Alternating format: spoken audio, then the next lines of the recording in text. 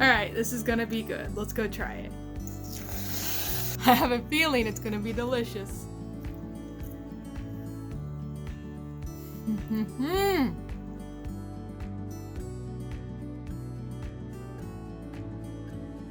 Today I'm gonna show you the correct way to eat a pumpkin pie.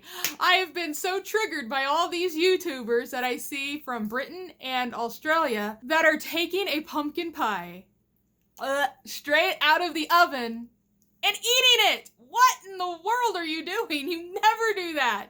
It has to be at least room temperature or ice cold from the refrigerator. You don't take a pumpkin pie straight out of the oven and eat it. That is so gross. Maybe that's your plan all along, is that you want a bunch of Americans to react and say, yuck, what are you doing? Guys, refrigerate that pie. Get that pie ice cold. Add some whipped cream, and you've got yourself a delicious autumn treat. So first, I made my pie shells. Usually, you can just go buy these at your local grocer. You can get it in the freezer section. They do have gluten-free, so I didn't actually have to make mine. I could have went and bought it, but I chose to make my pie crust.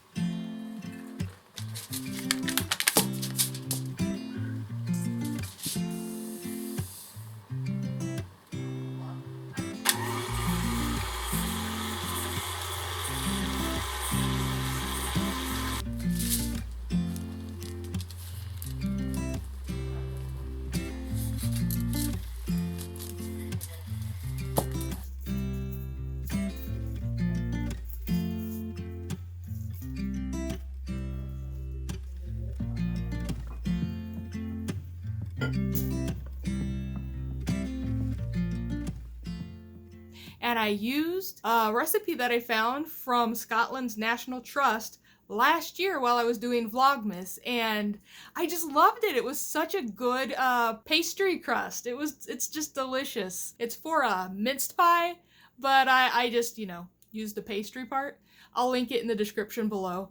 And then after I made this delicious pie crust, I made the pie filling. It takes just one giant can of Libby's pumpkin puree.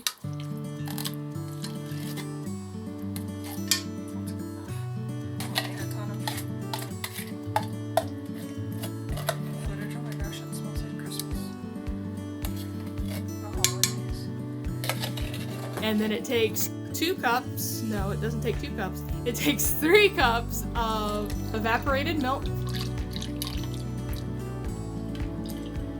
It takes 1.5 cups of sugar. Now that's a lot of sugar, but it's super delicious. Trust me, you'll love it. After that, it takes 4 eggs.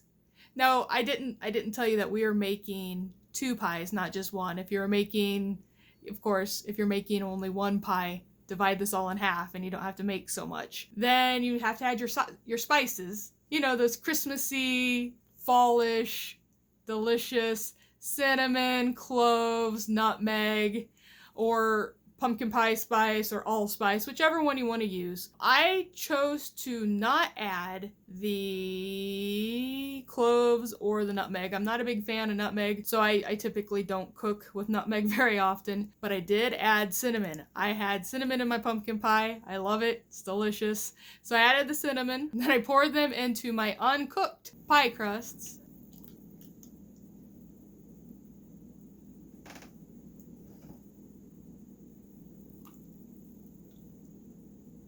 And then I put them in the oven at 425 degrees for 15 minutes. But I skipped a step because all I could think of was I want pumpkin pie. I didn't put the tin foil around the edges so that your crusts don't get caught and kind of get too dark. I didn't do it this time. I usually do. At Thanksgiving, I will. I should have done it for the video. What was I thinking? Who cares about what family think? I'm showing this to the world. So it might be a little darker, what I typically do. And then once your timer goes off after 15 minutes, you cook your pie at 350 degrees Fahrenheit for 40 to 50 minutes until that pie does not jiggle in the middle. Take it out, sit it on the counter, let it firm up and come to room temperature. Once it's at room temperature, put that thing in the fridge. You are not to eat it. Don't eat it until it's chilled. Once it's chilled, get yourself a slice of pie, put some lovely whipped cream, make some coffee, tea, whatever your thing is. Coffee goes with pumpkin pie so well. And have yourself a delicious slice of pumpkin pie. Let's try it. All right, this is gonna be good. Let's go try it.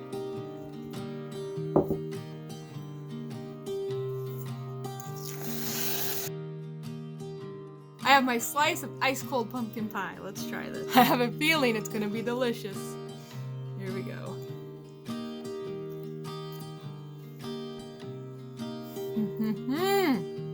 I have to have another bite of that.